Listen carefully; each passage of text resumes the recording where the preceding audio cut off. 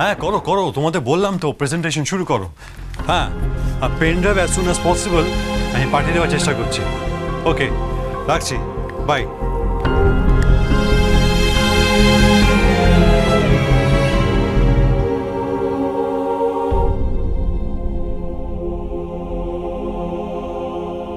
আমি তো আবার সন্ধেবেলা বেরোলো, এখনো ফিরলো না। এক সপ্তাহের মধ্যে ট্রিপে যাবে বলে বেচারাকে ডাবল ডাবল কাজ করতে হচ্ছে, সারাদিন বিজি।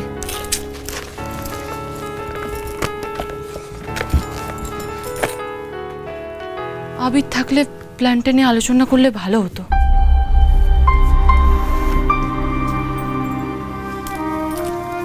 না না, ওকে এসবের মধ্যে জড়িয়ে লাভ নেই, একই বড্ড বিজি। যা করার আমাকেই করতে হবে।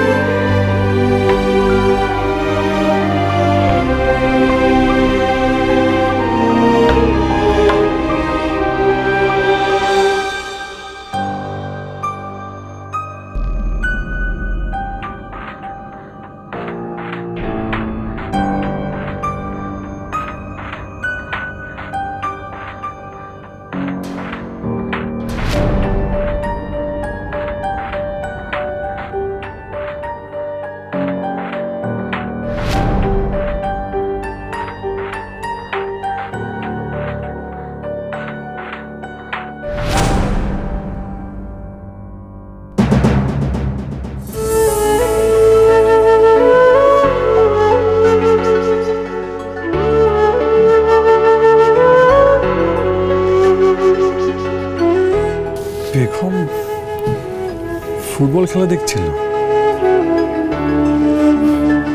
ফুটবলের উপরে ইন্টারেস্ট আছে সেটা তো জানতাম না।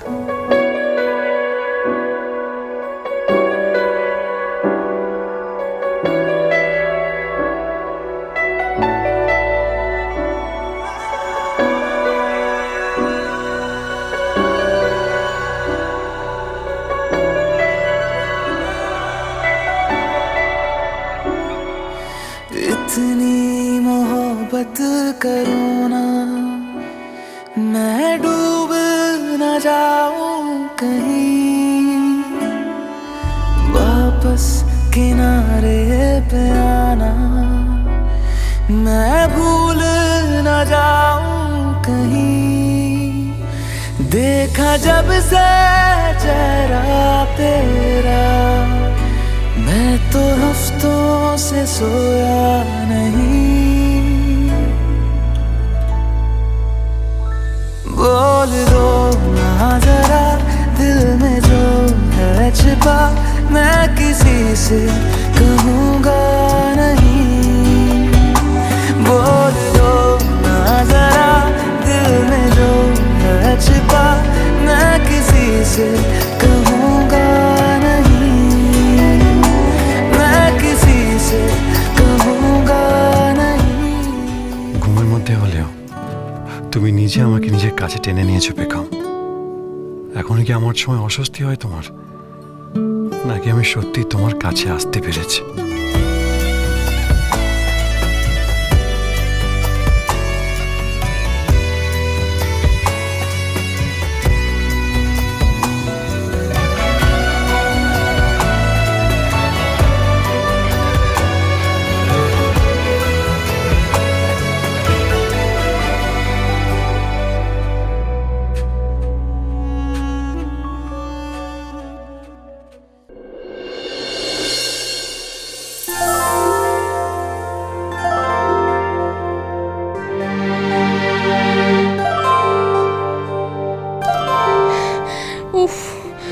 ঘড়ির কাঁটা তো শুধু ঘুরছে না, এ তো দৌড়চ্ছে।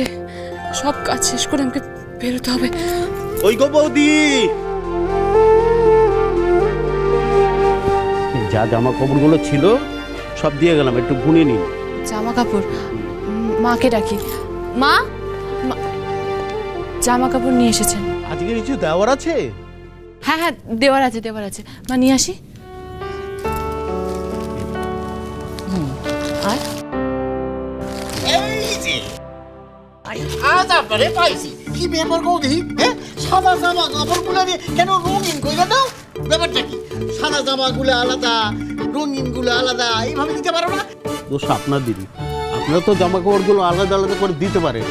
হ্যাঁ, কই কি বৌমা? আসপত্তা খানে একবার দেখছো? কই কি না আমাকে দোষ? এত বড় আসপত্তা। দাঁড়াও। এই যে এখানে বাড়ির প্রত্যেকে কাচতে দেওয়া জামা কাপড় রয়েছে, এখানে সব সাদা জামা কাপড়গুলো রয়েছে। আর মা, এখানে সিকিমে ঘুরতে যাবার শীতের জামা কাপড়গুলো আলাদা করে দিয়েছি। শুনে নিয়েছো তো? হ্যাঁ, চেষ্টা করো যাতে রং না লাগে, কেমন? তমালিকা। হ্যাঁ মা। রান্নার কি অবস্থা গো? মা, পেখম ভোরবেলা উঠে ব্রেকফাস্টের সমস্ত ব্যবস্থা করে ফেলেছে, আর লাঞ্চেরও অনেকটা হেল্প করে দিয়েছে, আর আমি আর কাকিমুনি বাকিটা করে নেব।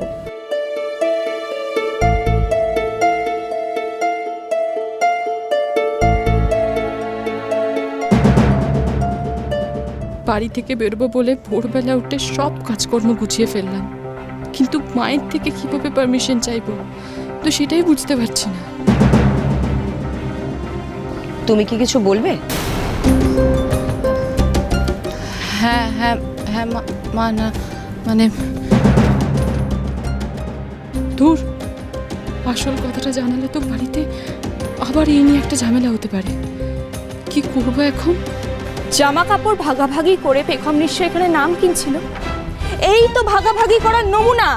এই প্যাকেটের ভেতর একটা ভালো ড্রেস রয়েছে, ভাগ্যিস আমি ওখান দিয়ে ক্রস করছিলাম, আমি এটা গার্বেজের ওখান থেকে তুলে আনলাম।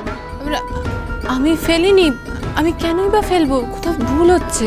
তাই পেখম, এই প্যাকেটটা খুললেই সবটা স্পষ্ট হয়ে যাবে।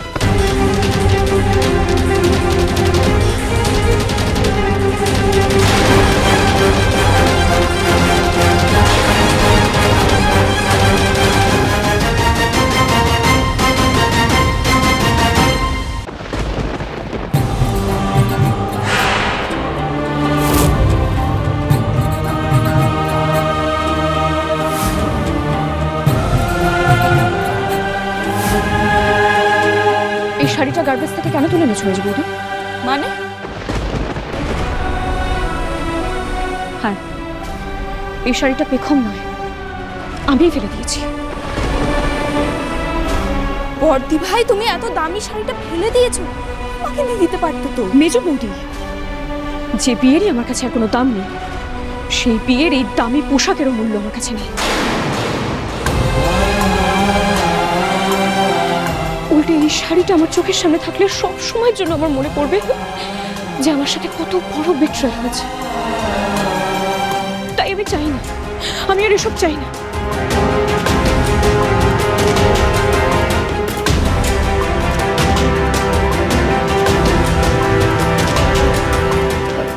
তুমি আজকে যাও, পরে টাকাটা নিয়ে নিও, কেমন? আচ্ছা মা, আচ্ছা।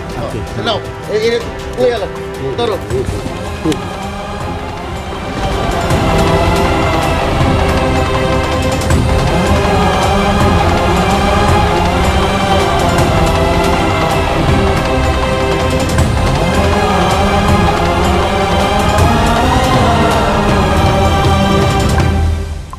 শ্রী, কাল তুই ডিভোর্সের কথা বললি, আজকে জিনিসপত্রগুলো ফেলে দিচ্ছিস। এত তাড়াতাড়ি উত্তেজিত হয়ে যাস না শ্রী। দিদিভাইকে ওগুলো ফেলে দিতে দিন মা। যে জিনিসগুলো জীবনের খারাপ স্মৃতিগুলোকে মনে করিয়ে দেয়, সে জিনিস জীবনে না রাখাই ভালো। আর যখন দিদিভাই নিজের জীবন থেকে ওই লোকটার চিহ্ন সম্পূর্ণভাবে মুছে ফেলতে চাইছে, তখন সেটা করলেই হয়তো দিদিভাই ভালো থাকবে মা। বর্দি ভাইয়ের মাথাটাও পেখম পুরোপুরি খাচ্ছে। ধুর, ভাল লাগে না, আর কাউকে ছাড়লো না।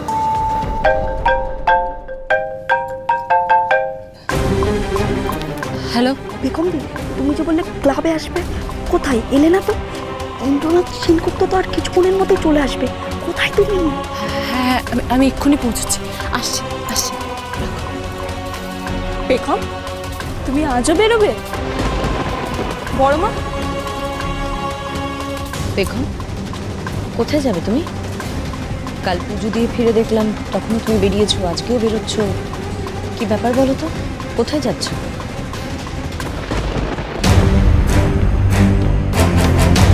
এখন বাড়িতে কাউকে কিচ্ছু বলতে পারবো না, তাহলে সবটা ভেস্তে যাবে।